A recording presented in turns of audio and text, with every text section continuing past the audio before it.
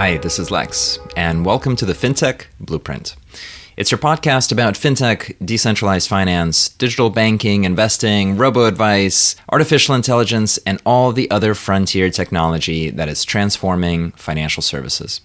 To get more content, like an illustrated transcript of this conversation in your inbox, subscribe at fintechblueprint.com. So without further delay, let's jump into today's episode.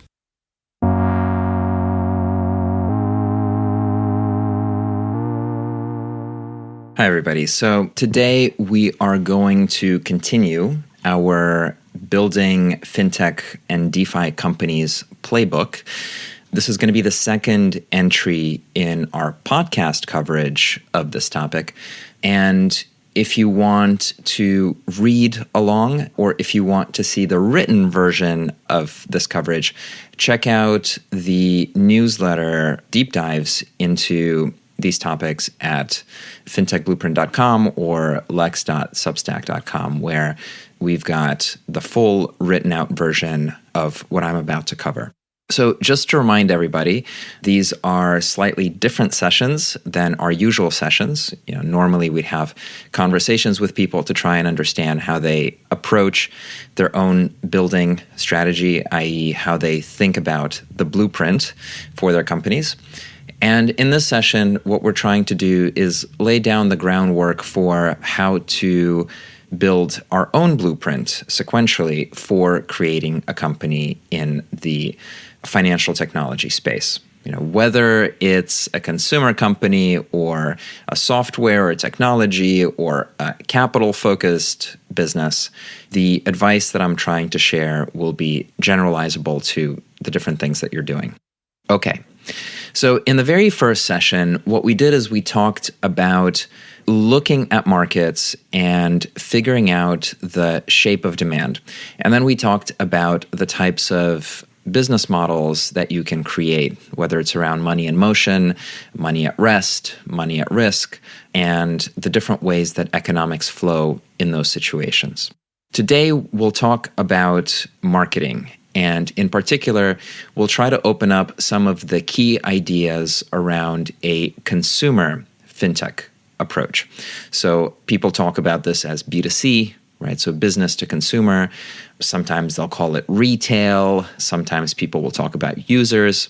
And in many ways, B2C fintechs, as well as B2C crypto exchanges and so on, those are the canonical type of company that people think about when we talk about fintech in general. It's not the only one. And if you've followed along for a while, you'll know how we talk about the manufacturing of financial products versus the distribution of financial products.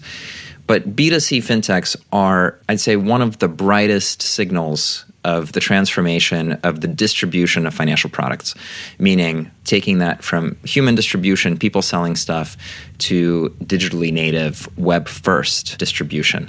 And so neobanks, neobrokers, robo-advisors, insurtechs, payments wallets, all that stuff is B2C fintech and obviously has seen a lot of attention and building from Revolut to Robinhood to Chime to many others.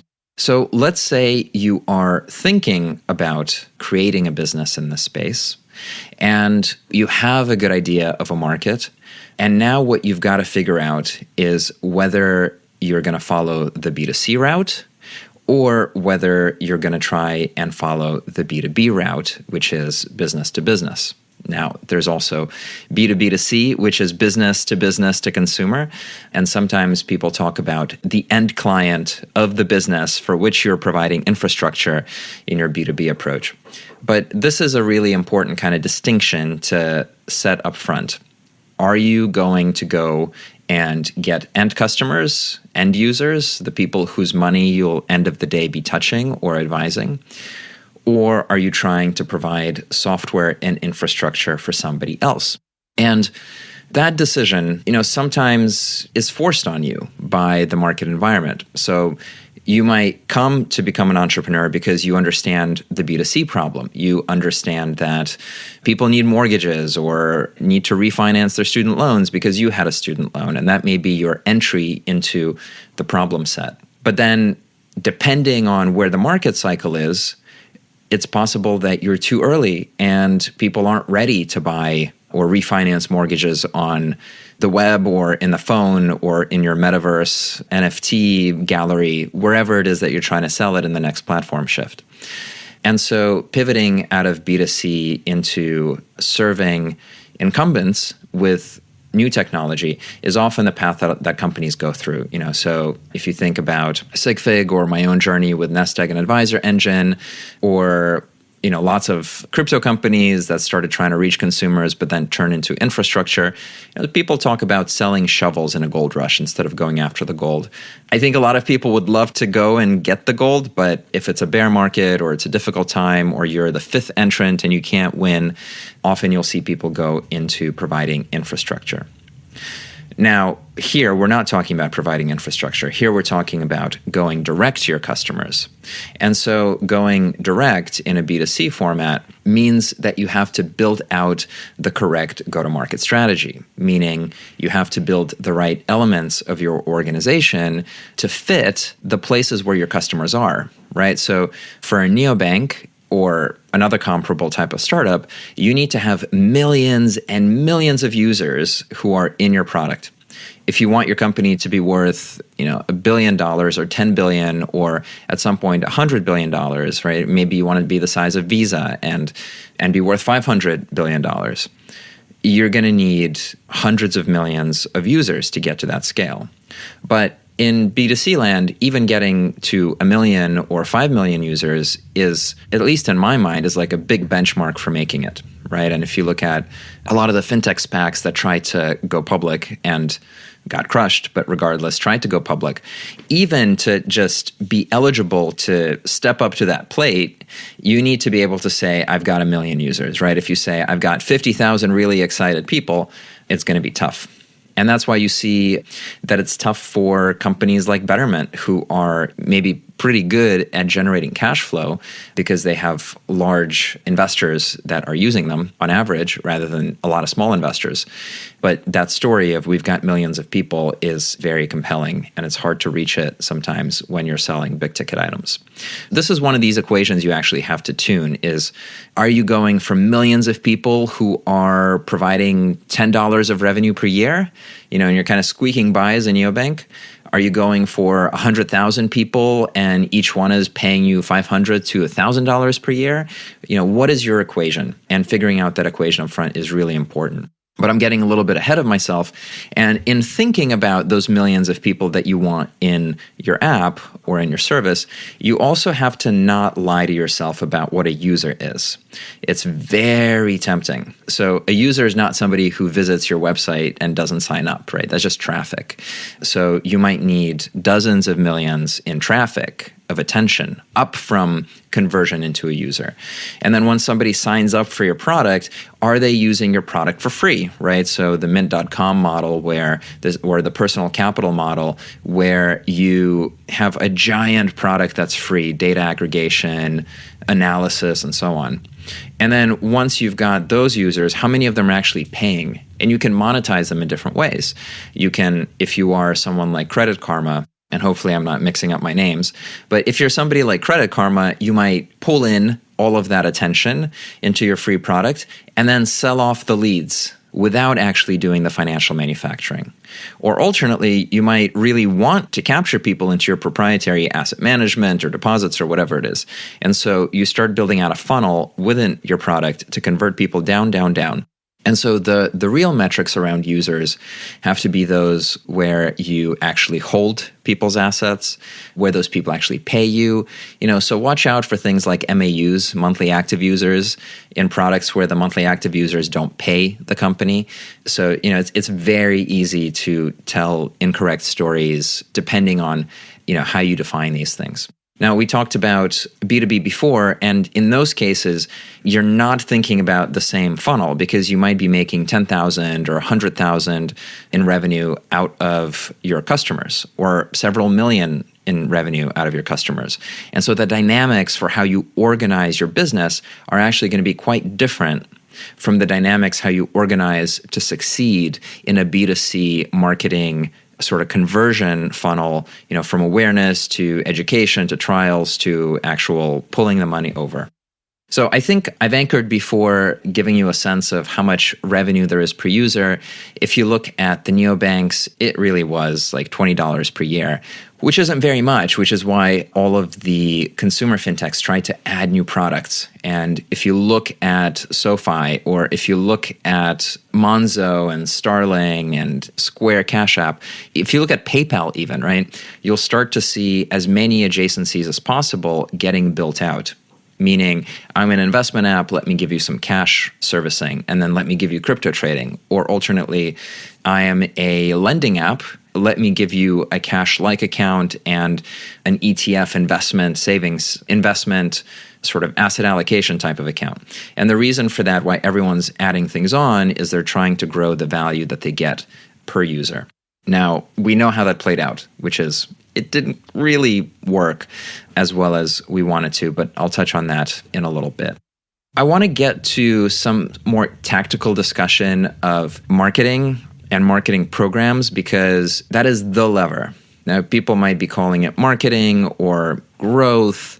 You can rebrand it and call it whatever you want. But end of the day, it's a skill set of getting a lot of attention and getting a lot of people to persuade a lot of people at the margin to do something they might not want to do, right? Because generally speaking, financial products give people anxiety. And so you need to overcome that anxiety through storytelling and get them to pull the trigger and end up in your product. And somehow you get your hands on their assets and start providing them value. So the very first place, there's a lot of disciplines in marketing, but the very first place where I think is important to start is brand. And finance people, me being one of them, are not good at brand, are not good at creative output. And that can be lethal. Brand is really, really important, but it's not important necessarily in the way that people think. In that it's not about being clever, and it's not about, something fake or confusing or something that's shilling a particular token or a company in a way that's not true. Brand is also not a logo. It's not a color scheme or a logo or a sticker that you put on your forehead. Rather, brand is something that captures the totality of the experience that people have with your firm. So yes, a logo and a name is an example of brand, or is a symptom of brand. It's one of the expressions. But the promise that you make to your customers and their experience in your product is also in your brand.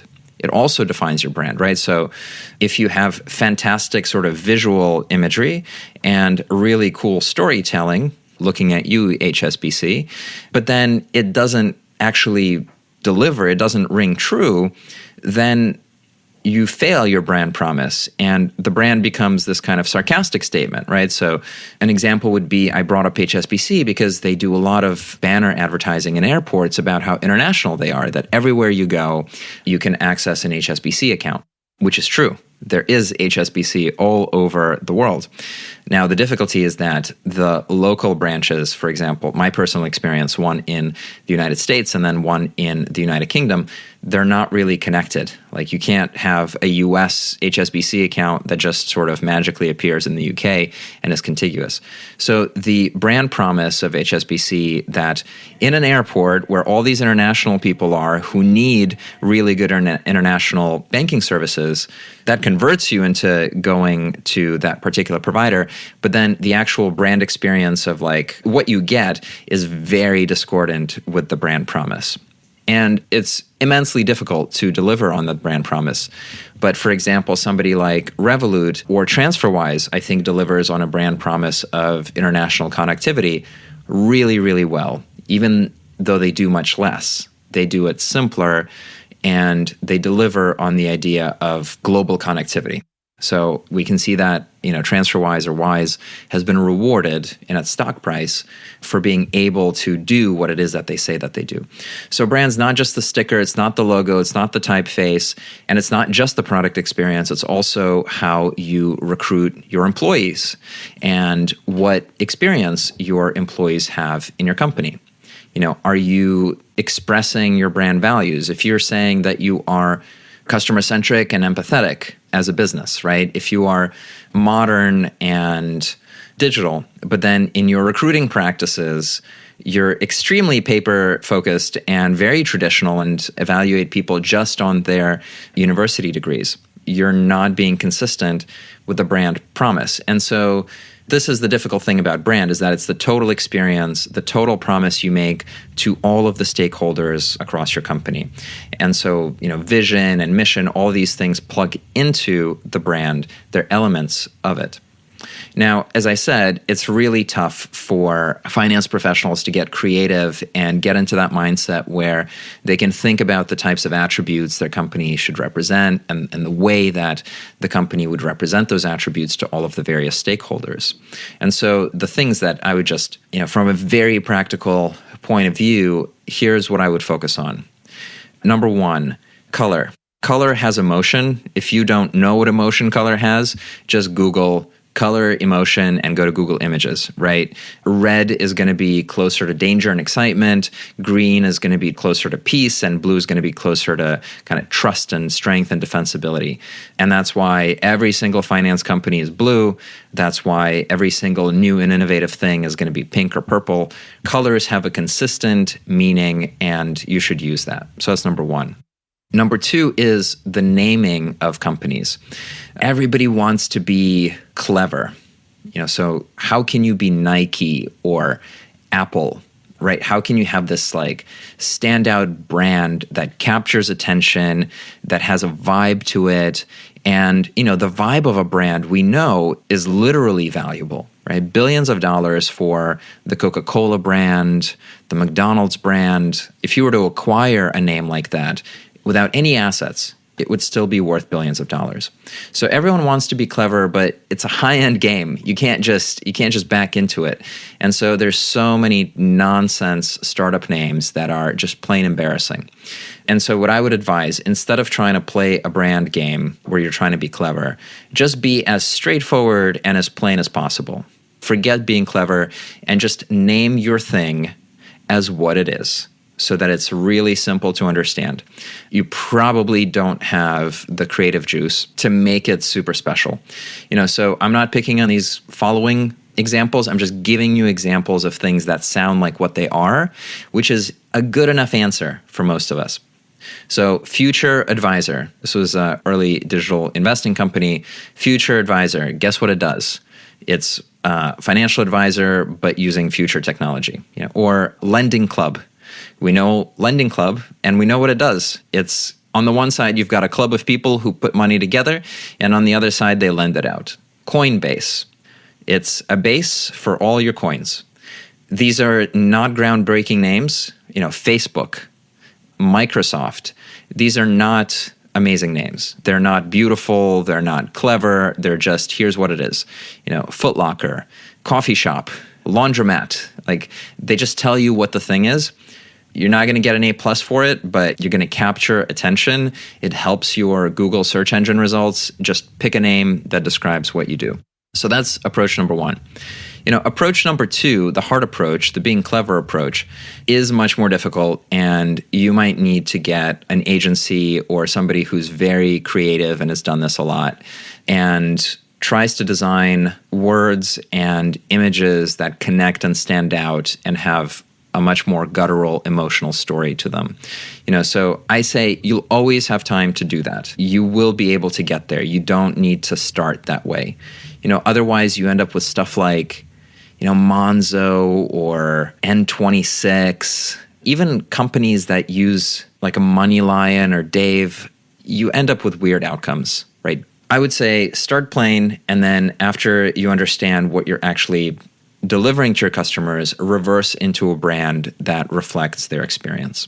Most of you probably don't want to hear me talk about brand and positioning so much, but you can't get there without sort of congealing yourself into something. Your vision for the future and your mission to achieve that all flow out of the promise you make to the world with your positioning. So it's really important to nail that down. Okay, so the next tactical step, once you You've got your demand that you're focused on. You've named yourself. You've instantiated yourself into the world. Arguably, you've created some differentiation in terms of how you do it, who you go after. You don't look like others, or if you do, you at least fit in terms of how you look.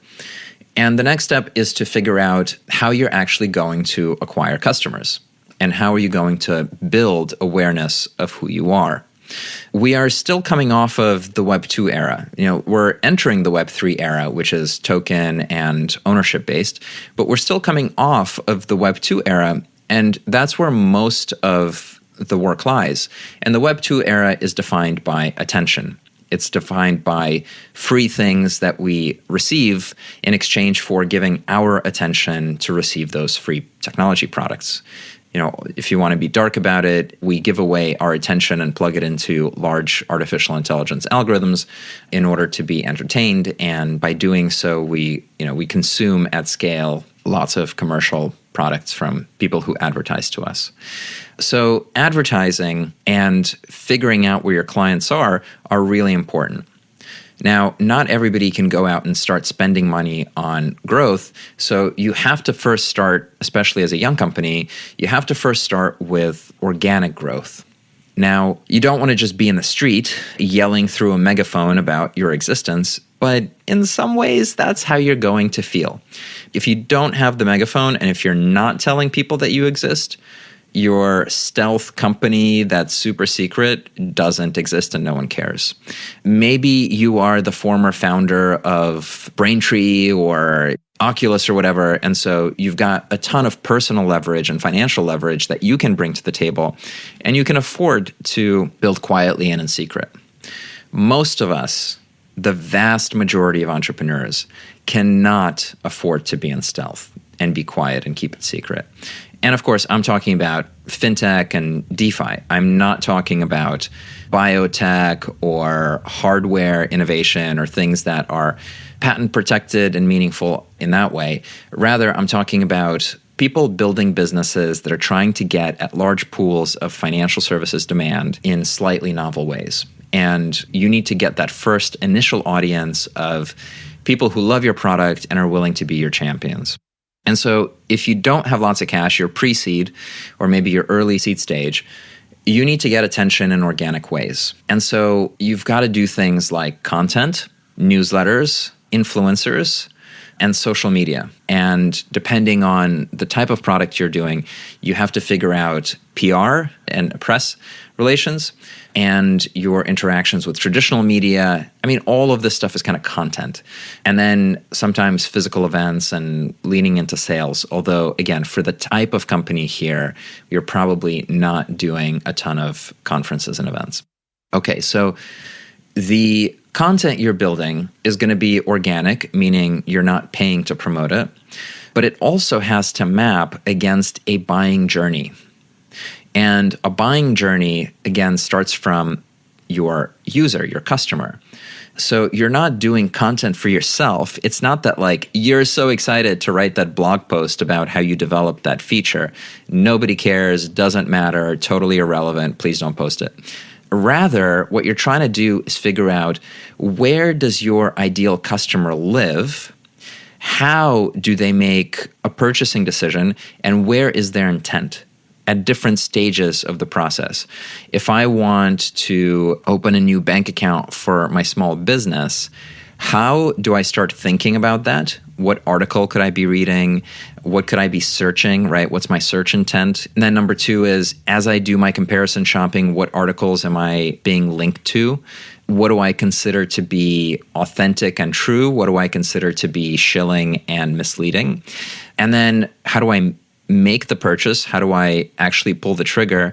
And then if I navigate away from making a purchase, how do you retarget me? How do you follow me back across different social media properties and remind me that I actually do want to open this small business bank account and so on, right? And then how do you retain me? But content isn't about you, it's about your customer. And there's still really powerful levers you can pull on this. It's a lot of work. And the payoff is quite slow, but it's inevitable that you have to invest in some version of that, right? Mint.com is the best example of generating value through content marketing. In 2007, they sold for 170 million. Today, that would be equivalent to somebody selling for 20 billion. It's a shocker. It was a big deal. And they had over 1 million users for a personal finance management system, again, in 2007. If today somebody had 50 million users for personal finance management, it's just very, very strong performance. And the way they got there is through content marketing. And the content marketing they did was to figure out all of the search that their potential customers were doing, and then to write articles against it and create lead magnets, which is basically a prompt to sign up for updates by putting your email here if you want to know when we launch the solution to your problem. And I remember, it's been so long, but one of the most silliest but most impressive things that stuck with me to this day, because I was trying to build the same thing for my robo-advisor when I was building it, is that they figured out their target profile, people who needed PFMs, were people who were not saving a lot of money. They were struggling with their budgets, right? So that's different from people who want to invest or people who want to gamble on crypto. People who are trying to just budget and make it through and didn't have a lot of savings at all. So low quality credit type audience. And one of the articles that they published was cat food. Should I make my own cat food from leftovers of my own food, or should I buy cat food at the store? And it's funny. It's also really sad. It says a lot about people's savings. But the fact that that article exists and is written, it's a testament to a really weird and important process, which is actually figuring out the day-to-day concern of your customers and creating content and pages and conversations that people would land on and then would see you as one of them and as an advocate for their financial position. If I was struggling to feed my cat because I couldn't afford cat food, that's an article I would end up on. And then there was a software robot that could help me get out of this mess. It's very compelling. I think that doing this in 2007 was extremely powerful because nobody else was doing it. Now, today, lots of people are doing content. And so you're competing with massive content farms and robots and other software that's meant to downrank content farms. And instead of playing that particular version of the game, you have to play the version that is much more focused on social media. Again, where are your customers? How do they make decisions? So the attention pits of Twitter, if you're in crypto, of B2B, SaaS, embedded finance, insurtech, digital assets, blockchain on LinkedIn, or on TikTok if you are doing personal finance, trading, that kind of stuff. You need to figure out how to get that content built and delivered to your target customer for free. And it costs you nothing. Of course, YouTube's another one, right?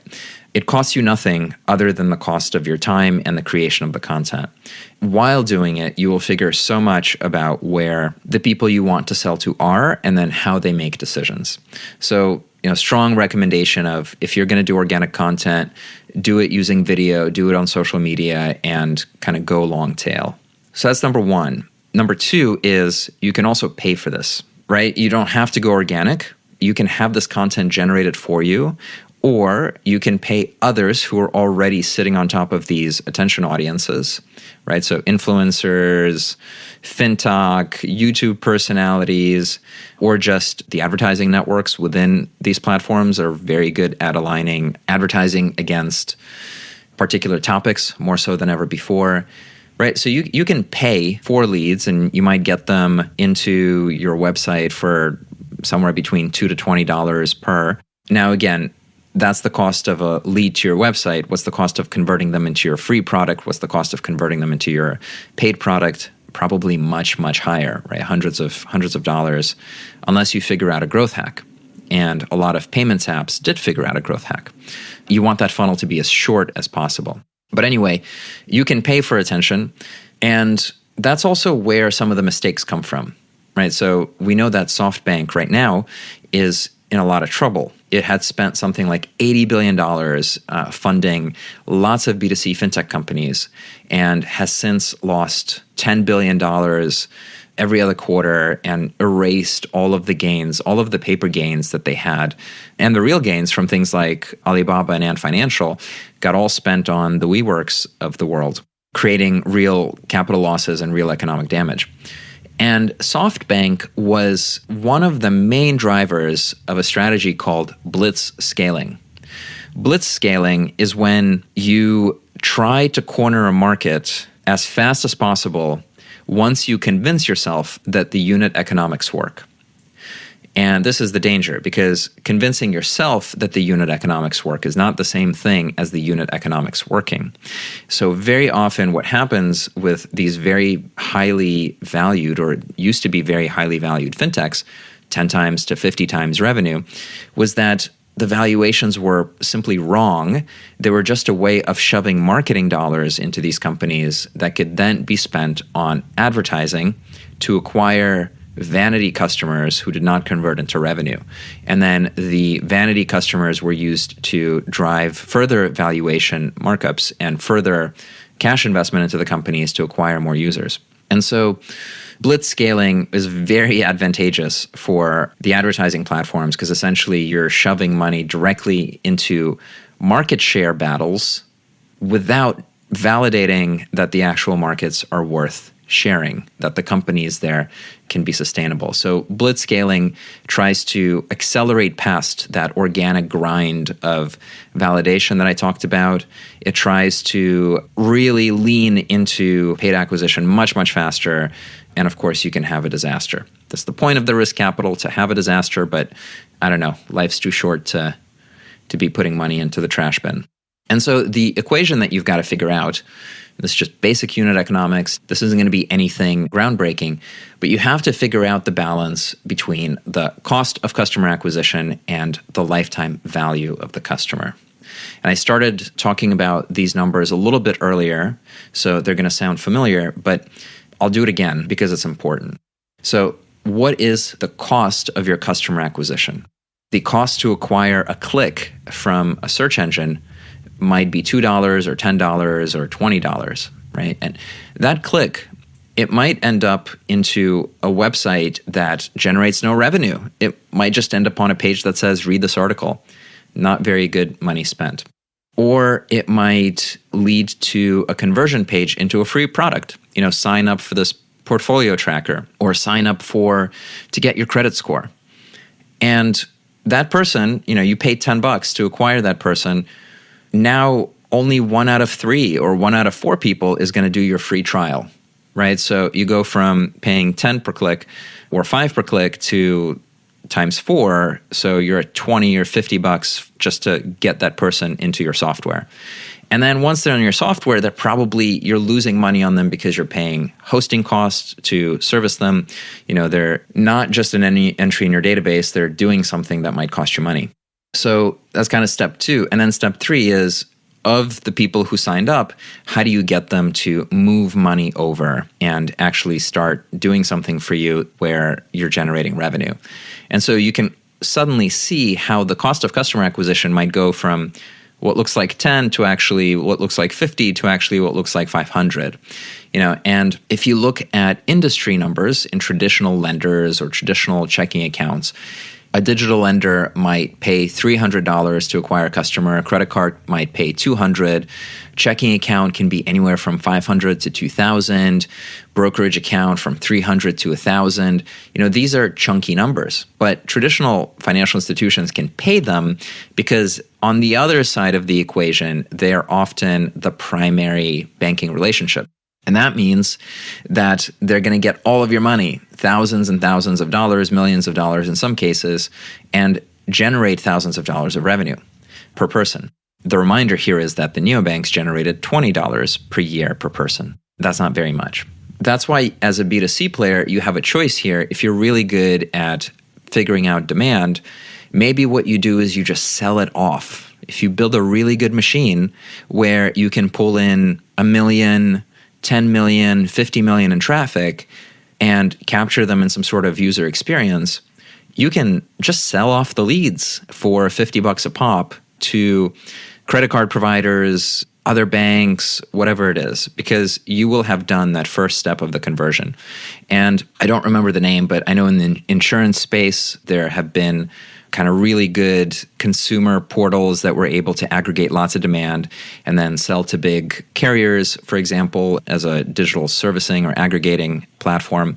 So there are ways to arbitrage and make a pretty nice business, $500 million business, something like that, out of just getting your leads and selling them through. If you want to look at a public company that does this, take a look at LendingTree, which was a very early lead generation company that was at least used to be successful. I don't know how they're doing now. Alternately, you can try to pull it all the way through into your proprietary product, but you can do things to be clever. Like you can take this funnel and make it much shorter. So PayPal offering whatever it was, 10 or 20 bucks in the 90s for people to sign up for a PayPal account, that's a lot better than paying $500 on ads and hope that people convert, right? That's a great deal. You can build referral programs with similar economics as long as you know what your number is. And so you need to know what your other side of the equation looks like, which is customer lifetime value. Customer lifetime value is, you think about the revenue that someone generates per year.